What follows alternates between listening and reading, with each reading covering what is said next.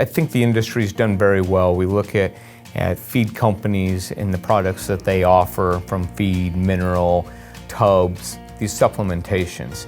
I think the industry's done very well in looking at those things. I think the next step in what we can do different for the industry is gut health. We're seeing that in all species, whether we're here talking about cattle today, but we see that on the poultry side, we see that on the pork side, talking about gut health. And the more that we can do to make sure that animal has the most optimum nutrition, and then also that gut health to get the most out of those feeds, the most out of that mineral absorption, is ultimately going to affect how they perform.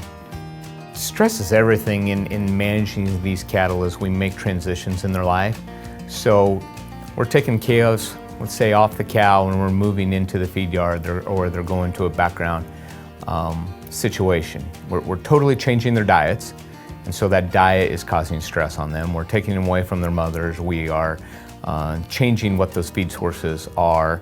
That not only affects the rumen in the gut and those bugs within that gut, but it's affecting the immune system. And when that animal goes through a health challenge, that animal is burning energy. We know that. That animal ultimately gets sick. We have to treat that animal. That animal goes off a feed. There's data that goes back to the old days of the Texas A&M ranch to rail.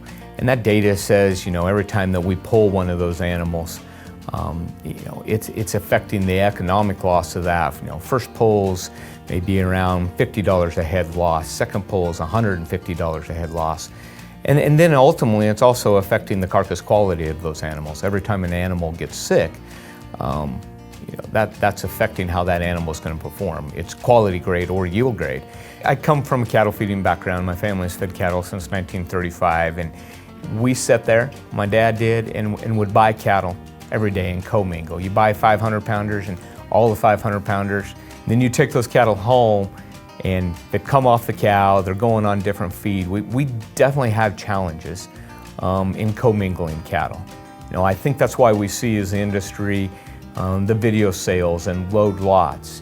Can we work together as producers? Can you go to your neighbor and say, okay, I have 50, you have 50, we can put together 100 head and lower stress or commingle them prior to having to be shipped to a feed yard to help lower those stresses. Just one stress after another. So, there's steps. There's not one solution or one thing that helps. It's pieces of the puzzle, the low stress handling, making sure that they have mineral, making sure that they have vaccination.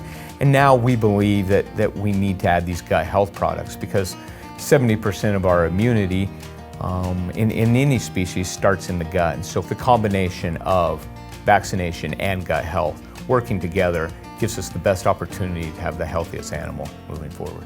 Reach out to your local feed supplier. If you're trying to figure out, what can I add, how can I add value to these animals or set these animals up best. I think that's the best thing to do. They know your area.